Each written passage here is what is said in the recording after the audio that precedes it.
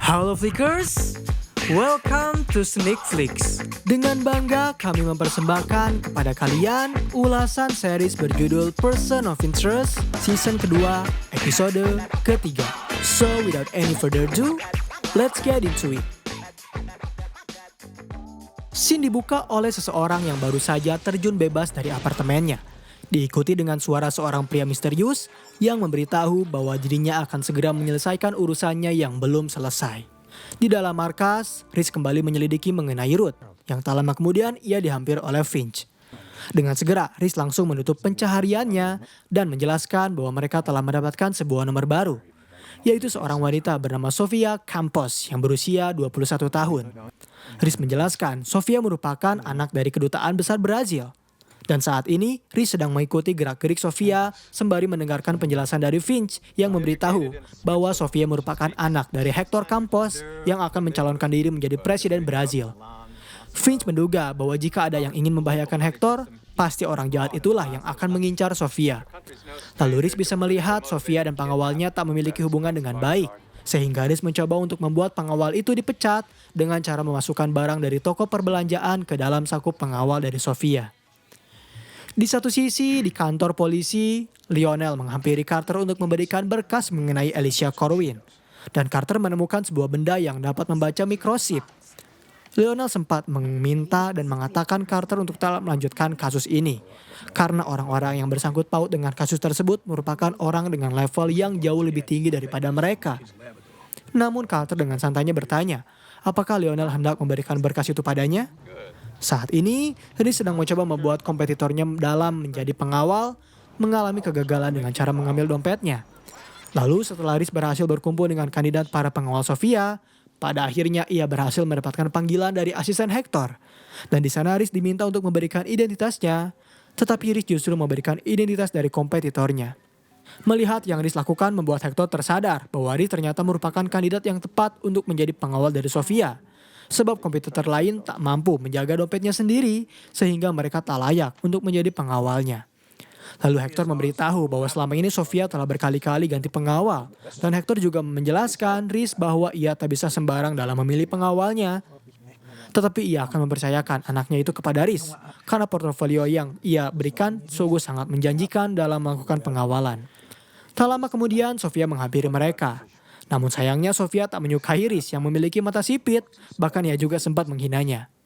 Beruntung saat itu Rhys dapat mengetahui apa yang Sofia bicarakan. Dan melihat hal itu membuat Hector langsung meminta kepada Sofia serta Rhys untuk membina hubungan mereka berdua dengan baik. Ketika Rhys hendak meretas ponsel Sofia, ia mengalami kendala karena Sofia selalu menonaktifkan wifi dan bluetoothnya. Lalu Finch menjelaskan bahwa Rhys harus bisa mengkloning telepon Sofia dengan cara melakukan manual. Lalu Rhys memberitahu bahwa itu adalah hal yang sulit karena telepon Sofia tak pernah lepas dari tangannya. Pada malam harinya, Sofia memutuskan untuk mengendap-endap pergi keluar rumah.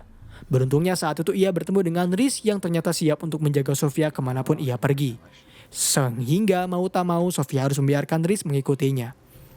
Sebelum mereka pergi, Rhys tersadar bahwa telah ada mobil yang mengikuti Sofia, sehingga ia memutuskan untuk meminta Finch melacak siapa pemilik dari mobil itu. Di dalam sebuah klub, Rhys sempat diperbolehkan masuk ke dalam klub itu bersama Sofia. Dan Rhys menegaskan, jika dirinya tak boleh masuk, maka Sofia harus segera pulang bersamanya. Karena tugasnya adalah melindungi Sofia. Pada akhirnya di dalam klub itu, Rhys langsung memberitahu bahwa Sofia baru saja meneguk 7 shot vodka. Dan Finch bertanya, bukannya seharusnya Rhys memperhatikannya? Rhys menjawab, iya, di sini untuk menjaga, bukan untuk mengajari Sofia tentang kedisiplinan. Yang tak lama kemudian Sofia pun menari di atas meja bar itu. Dan ketika ada orang yang hendak memotretnya, Rhys dengan segera mengambil tindakan untuk memberhentikan apa yang pria itu lakukan pada Sofia. Serta ia juga bergegas membawa Sofia pulang. Keesokan harinya, Sofia mengadukan apa yang telah Rhys lakukan padanya. Yaitu ternyata ia telah menyerang orang yang tadi kenal, serta telah membuat Sofia malu. Lantas Hector bertanya kepada Rhys, apakah ada orang yang mengambil foto dari anaknya? Rhys menjawab, ia berhasil menghentikan orang itu yang berniat untuk mengambil foto dari Sofia. Lalu Hector menjelaskan bahwa yang dilakukan Rhys adalah sesuai dengan prosedurnya sebagai pengawal. Di dalam kantor, Carter masih kebingungan dengan mesin pembaca chip itu. Lalu tak lama kemudian ia mendapatkan telepon dari Finch yang menjelaskan ucapan terima kasihnya karena Carter mau keluar jalur demi mencari Finch. Ia juga mempertanyakan mengenai plat nomor yang Finch telah minta. Lalu Carter memberitahu bahwa Carly, Delta, dan Zeta lah yang telah menyewa mobil dengan plat nomor itu. Di lokasi pemberlanjaan, Rhys tengah disibukkan oleh Sofia yang sedang berbelanja. Dan Finch memberitahu bahwa dilihat dari komputernya, Sofia saat ini sedang bergerak menjauhi Rhys. Lantas dengan segera Rhys langsung mengikuti Sofia. Di sana Rhys melihat ternyata Sofia menghampiri seseorang. Lalu ketika Rhys hendak mengeluarkan senjatanya, Rhys tersadar bahwa yang Sofia temui adalah pacarnya yang bernama Jack. Rupanya saat itu Jack mencoba untuk menyapa Rhys. Tetapi sayangnya, Rhys tak menanggapi hal itu dan ia langsung bertanya apakah Hector mengenai hubungan mereka berdua. Sofia menjawab bahwa ayahnya tak akan mengerti akan hal itu, sebab Sofia selama ini di New York telah dilarang untuk berpacaran dengan orang Amerika. Setelah tiba di kedutaan, Hector memberikan ucapan amarahnya kepada Sofia karena ia telah melewatkan satu sesi foto. Lalu Rhys mencoba meminta maaf karena ternyata Sofia telat menghadiri sesi itu atas salahnya yang tak bisa menghindari kemacetan. Mendengar Rhys membelanya membuat Sofia mulai berterima kasih padanya. Dan di sana juga Rhys mendapatkan momen yang pas untuk meretas telepon milik Sofia. Sementara itu, Carter saat ini sedang menghampiri kamar mayat untuk menyelidiki mayat dari Alicia Corwin. Dan ia bertemu dengan agen Snow yang baru saja melihat mayat dari temannya. Carter juga mempertanyakan apakah Snow sedang mencari Rhys. Snow menjawab ia sudah tak berniat untuk mencari Rhys kembali. Dan ketika melihat mayat itu, Carter tersadar ada luka goresan di dalam mayatnya. Dokter itu menjelaskan bahwa saat mayat itu melakukan otopsi, ternyata luka itu belum timbul karena luka itu baru saja terjadi setelah otopsi dilakukan. Dan dokter itu memberitahu bahwa laporan tersebut sebab sebelum Carter ke sini telah ada seseorang yang bertanya terkait hal serupa mengenai luka goresan yang ada di dalam tubuh sosok milik Alicia.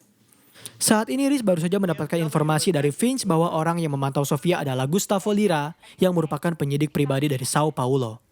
Rhys juga mendapat notifikasi bahwa saat ini Sofia sedang berbicara dengan temannya yang bernama Gabby. Gabby berkata bahwa sesuatu telah terjadi pada Paul beberapa malam yang lalu. Mendengar hal itu membuat Rhys dengan segera memeriksa apakah ada nama Paul di dalam kontak Sofia. Dan Rhys pun tersadar bahwa ternyata Paul tak ada di dalam kontaknya. Lalu tak lama kemudian Rhys dihampiri oleh Sofia yang memberitahu bahwa mereka akan menghampiri sebuah klub. Di tengah perjalanan, Rhys dihampiri oleh sebuah mobil yang telah memantau Sofia. Dan ketika Rhys bersiap-siap, tampaknya orang di dalam mobil itu merupakan seorang paparazzi yang hendak memotretnya. Dan Rhys yang bertugas sebagai pengawal pun langsung memutuskan untuk mengambil penyimpanan kamera dari paparazzi tersebut. Di dalam kantor polisi, Carter memutuskan untuk menelepon Mark Snow untuk berbicara dengannya. Yang sayangnya, ternyata yang menjawab telepon itu adalah anggota CIA yang bertanya apakah Carter sempat melakukan kontak dengan agen Snow. Carter menjawab ia telah bertemu dengannya. Lantas orang misterius itu langsung mempertanyakan di mana kini Carter bertemu dengan Snow. Yang membuat Carter kebingungan dengan siapa yang berbicara.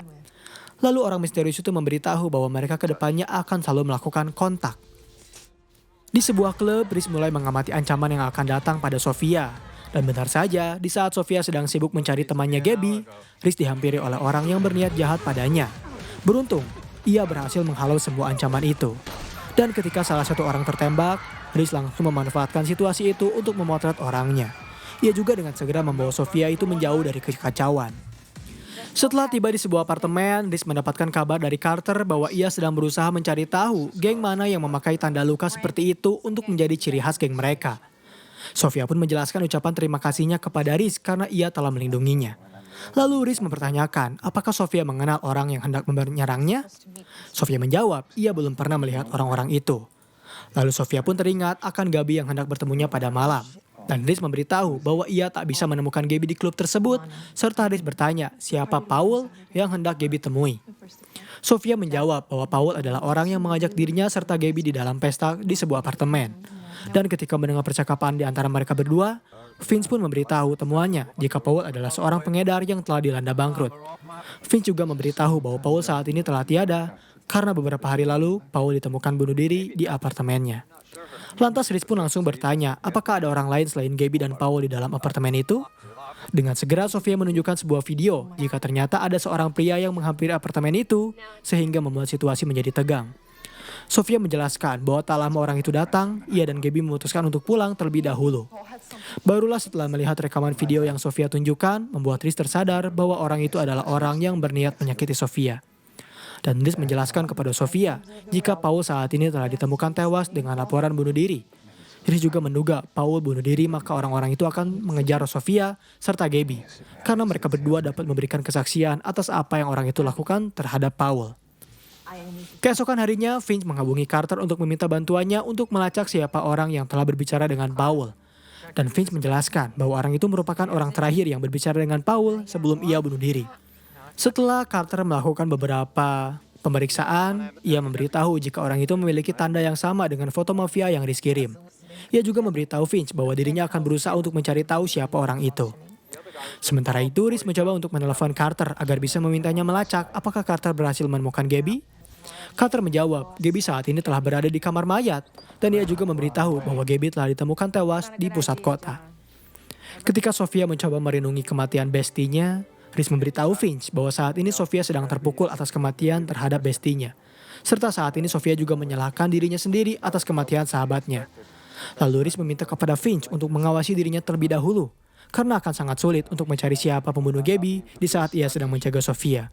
Dan Finch pun menjawab, ia akan segera menghampiri Rhys. Di dalam perjalanan, Finch sempat mengalami paranoid yang luar biasa, karena ia masih teringat penculikan yang Ruth lakukan terhadapnya, sehingga ia memutuskan untuk kembali ke markas serta memberitahu Rhys bahwa ia masih belum bisa untuk pergi melihat dunia luar. Ternyata Rhys pun mewajarkan apa yang Finch rasakan. Ia menjelaskan akan meminta bantuan Lionel untuk menjaga Sofia. Kemudian Sofia berkata kepada Rhys bahwa saat ini ia belum bisa pulang karena ayahnya telah memintanya untuk menerima tamu dari Presiden Brazil. Ia juga menegaskan bahwa dirinya akan mencari penjahat yang telah membunuh bestinya sendirian. Lalu Rhys mencoba menenangkan Sofia bahwa dengan mencari penjahat adalah tugas dari seorang polisi, serta ia mencoba menjelaskan kepadanya bahwa kematian temannya bukanlah tugas dari Sofia. Tetapi Sofia memberitahu bahwa selama ini ia telah tersesat dengan memasuki kehidupan malam. Ia juga mengira bahwa kehidupan malam mungkin akan menjadi tempat ternyaman untuknya. Namun setelah kejadian yang merenggut nyawa temannya, membuat Sofia tersadar jika ia masih belum bisa menemukan tempat nyamannya. Mendengar cerita itu membuat Rhys memberitahu bahwa dahulu ia juga sempat tersesat. Dan yang mengubah hal itu adalah ketika seorang teman menemukannya untuk memberitahu Rhys bahwa dirinya harus memiliki tujuan dalam hidup. Lalu dengan segera Rhys memberikan penjagaannya terhadap Sofia kepada Lionel. Kemudian Rhys kembali menegaskan kepada Lionel bahwa ia tak boleh melepaskan pandangannya terhadap Sofia. Saat ini Carter telah berhasil mengidentifikasi siapa foto orang yang Finch kirim. Dan orang itu adalah ketua geng yang bernama Monty yang juga memiliki catatan penyerangan serta perampasan dengan paksa. Carter menduga bahwa hubungan Paul dan Morty adalah sangkut pautnya dengan penjualan narkoba. Lalu Carter juga memberitahu bahwa ia memiliki alamat terkait di mana Monty dan gengnya sering melakukan kopidar. Pada malam harinya, di saat Lionel sedang menjaga Sofia, ia tiba-tiba mendapatkan telepon dari Finch yang bertanya terkait kondisinya. Finch hanya menjawab bahwa ia telah berhasil meretas kamera keamanan dari tempat itu. Di satu sisi, Rhys dan Carter sedang mencoba menghampiri tempat dari Monty yang sering melakukan kopdar. Dan di sana Rhys meminta kepada Carter untuk segera menunggu di mobil terlebih dahulu. Di dalam pesta, Sofia merasakan kondisi yang tak nyaman dengan orang-orang yang berkerumun yang membuatnya memutuskan untuk pergi menyendiri. Ketika ia pergi ke kamar, di sana mendapatkan telepon dari pacarnya untuk memintanya agar segera bertemu. Jack berkata bahwa saat ini ia telah berada di luar bangunan. Kembali kepada Rhys yang sedang menghajar satu persatu anak buah dari Monty. Dan ketika anak buah Monty berhendak menambak Rhys, Carter dengan segera menembak orang itu untuk menyelamatkan nyawanya. Rhys menjawab bahwa semua orang itu tak ada yang mau memberitahu di mana keberadaan Monty saat ini berada. Dan tak lama kemudian Finch meneleponnya untuk memberitahu jika ada satu orang lagi di apartemen Paul yang ternyata orang itu adalah Jack yang merupakan kekasih dari Sofia. Lantas Finch langsung memberitahu dan bertanya terkait keberadaan Sofia kepada Lionel. Mendengar hal itu, Lionel menjelaskan bahwa saat ini Sofia sedang berdandan di kamarnya. Finch pun menjelaskan kepada Rhys bahwa saat ini Rhys telah berada di tempat yang salah. Lalu ketika Sofia menghampiri Jack, ia bertemu dengan Monty yang berniat untuk membunuhnya. Jack menjelaskan ucapan permintaan maafnya pada Sofia karena ia harus memberikan Sofia kepada Monty. Di sebuah taman, Monty meminta HP milik Sofia untuk melihat kembali rekaman pembicaraan dirinya dengan Paul. Dan di sana ia mempertanyakan apakah Sofia memperlihatkan video itu ke orang lain. Sofia menjawab bahwa tak ada orang lain yang bisa melihat video itu. Lalu ketika Monty hendak menembak Sofia, Lionel dengan gagah tanpa berani mencoba menyelamatkannya. Tetapi sayang, yang Lionel lakukan tak berhasil memojokkan Monty karena ia berhasil membalikan keadaan. Lalu setelah bersiap membidik Lionel dan Sofia, Monty tak sadar bahwa ada serangan yang tak terduga dari belakang, yaitu Rhys yang menabrak mobil Monty sehingga membuatnya terjatuh. Kemudian dengan segera Lionel dan Carter menangkap Monty dan membawanya bersama. Reese pun mempertanyakan apakah Sofia terluka? Sofia menjawab, ia baik-baik saja. Dan ia bertanya, apakah Reese berhasil menemukan kekasihnya? Ternyata saat ini Jack sedang sibuk menelpon rekannya. Namun ia tanpa sadari, Reese telah berada di belakang untuk mengancam akan segera membunuh Jack. Setelah itu, Sofia datang menghampiri Reese dan Jack pun melihat muka ketakutan yang Jack alami. Lalu ketika Sofia meninggalkan mereka, Reese memutuskan untuk menyerahkan Jack ke dalam polisi. Barulah setelah Jack tertangkap, Sofia memberikan ucapan terima kasihnya kepada Reese. Ia juga menjelaskan jika dirinya akan kembali lagi ke Brazil untuk melakukan pemilu yang akan diadakan oleh ayahnya. Dan Sofia bertanya, apakah Reese bisa menjadi pengawalnya di sana? Reese menjawab, New York adalah rumahnya. Di kantor polisi, Carter dihampiri oleh seorang agen CIA yang bertanya terkait apakah Carter telah melakukan kontak dengan Snow. Carter hanya menjawab bahwa Snow merupakan orang yang bekerja di bawah apartemen orang itu. Dan scene terakhir di episode kali ini memperlihatkan Hearst yang sedang menelpon seseorang untuk memberitahu bahwa ia telah menemukan chip di dalam tubuh Alicia Corwin. Ia juga menjelaskan jika mereka akan menghadapi masalah yang besar. Sementara di sebuah gedung, Snow dihampiri oleh Kara. Dan di sana Snow menjelaskan bahwa Alicia lah orang yang telah mengutus Reese dan Kara ke Cina.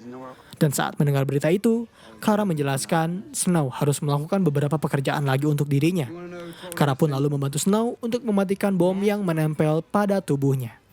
Dan pembahasan mengenai series Person of Interest season kedua episode ketiga pun berakhir di sini. Bagaimana menurut kalian? Apakah series ini cukup menarik untuk diikuti? Berikan komentar positif kalian di kolom komentar. Beri kami ulasan mengapa series ini menarik bagi kalian dan jangan lupa nyalakan lonceng notifikasi, tekan tombol subscribe serta tombol like jika kalian menyukai pembahasan kami. Dan sampai berjumpa kembali di episode selanjutnya.